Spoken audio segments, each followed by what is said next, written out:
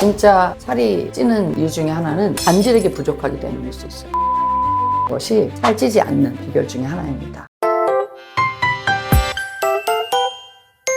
안녕하세요. 굿닥터 김태균입니다. 조금 얼굴이 이상해 보일 수 있는데 얼마 전에 작은 사고가 있었습니다. 그래서 상처가 나서 뭘 좀 붙여서 양해해 주시기 바랍니다. 여러분, 긴 명절 연휴 보내면서 음식 좀 많이 드시고 기름진 것도 많이 드시고, 거기다가 요즘에 이제 날씨가 너무 쌀쌀해지면서 하던 운동도 못 하시면서 아마 몸이 좀 무거워지고 체중도 1, 2kg 늘고 하면서 마음에 스트레스가 되시는 분들이 좀 있을 것 같습니다. 물론 음식을 많이 먹고 운동을 적게 하고 하면 살이 찔 수 있습니다. 그런데 단지 그런 이유뿐만 아니라 진짜 살이 찌는 이유 중에 하나는 간질액이 부족하기 때문일 수 있어요. 오늘은 여러분들이 몰랐던 물만 먹어도 살이 찌는 그 이유에 대해서 말씀을 드리도록 하겠습니다.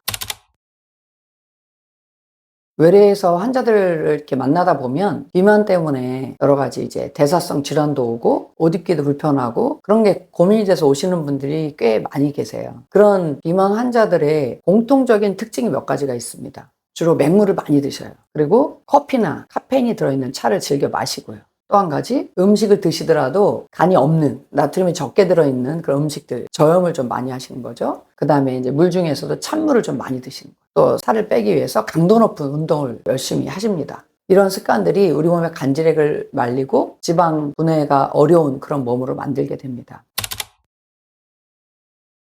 우리가 다이어트 할 때 목적은 뭐죠? 수분이 쭉 빠지고 또 근육이 빠져서 체중계 올라갔더니 내 몸무게의 숫자가 주는 거, 그게 목적은 아니죠. 실제 다이어트 할 때 우리가 원하는 것은 우리 몸에 쌓여있는 지방이 분해되는 걸 원하는 거잖아요. 지방 세포는 어떻게 이루어져 있냐면 글리세롤 뼈대에 지방산 3개가 붙어있는 이런 구조입니다. 지방이 분해된다는 건 무슨 뜻이냐면 이 글리세롤 뼈대에서 지방산 3개가 떨어져 나가는 거예요. 뭐가 필요하냐? 바로 물이 필요합니다. 이 물이 글리세롤과 지방산을 서로 분리시켜 주는데 이걸 가수분해라고 하죠.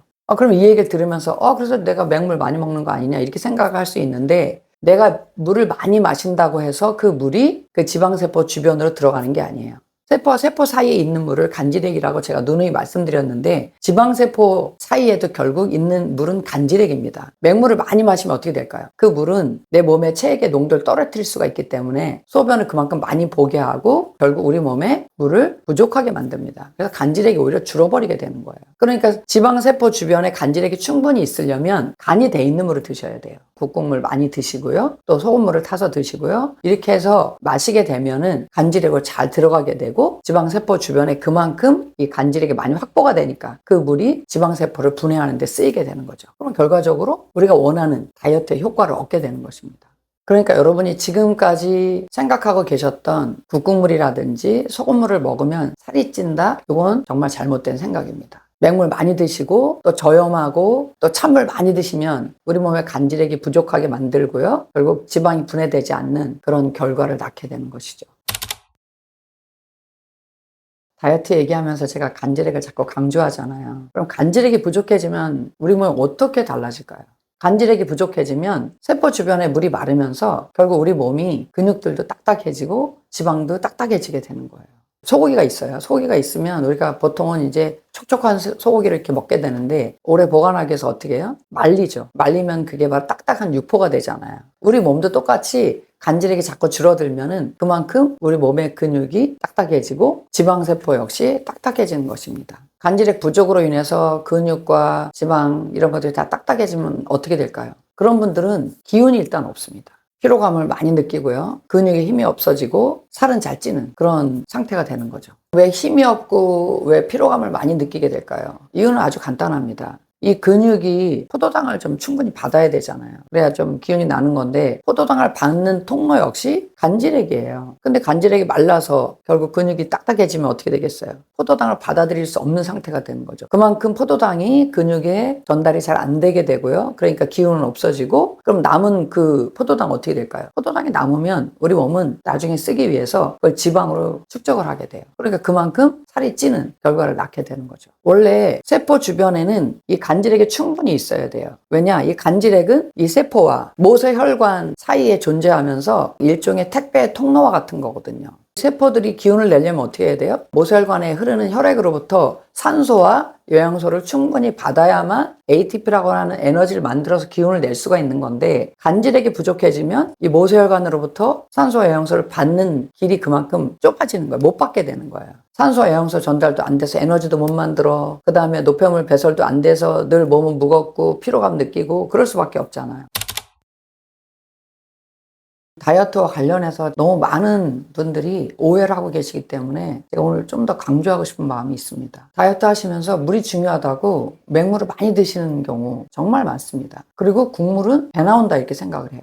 그래서 국물을 당연히 안 먹어요. 아예 국을 안 끓이는 집도 많더라고요, 요즘에는. 근데 그럼 맹물을 먹으면 어떤 일이 생길까요? 맹물을 많이 마시게 되면은 우리 몸은 체액의 농도를 일정하게 유지해야 되기 때문에 그 맹물에 대해서 뭔가 방어를 해야 돼요. 간질액의 그 농도, 그 체액의 농도가 얼마냐? 0.9% 소금물이잖아요. 그 0.9%를 유지하지 않으면 생명이 아주 위험합니다. 다이어트 하면서 물 많이 먹어야 돼. 그래서 맹물을 막 보통 2리터씩 드시더라고요. 몸 입장에서는 그거 다 받아들이면 체액의 농도 0.9% 유지할 수가 없습니다. 그래서 항이뇨 호르몬이라는 거를 분비하지 않게 돼요. 소변을 많이 보게 되는 결과가 되고 결국 내가 마신 물을 계속 밖으로 내보내서 체액의 농도를 유지하게 되는 거죠. 그러니까 나는 맹물을 많이 먹어서 다이어트 효과를 높이려고 해서 먹었는데 내가 마신 맹물이 내 몸의 물을 끌고 함께 나가버리기 때문에 탈수가 되게 되고 간질액이 더 부족해지게 되는 결과를 낳게 되는 것이에요.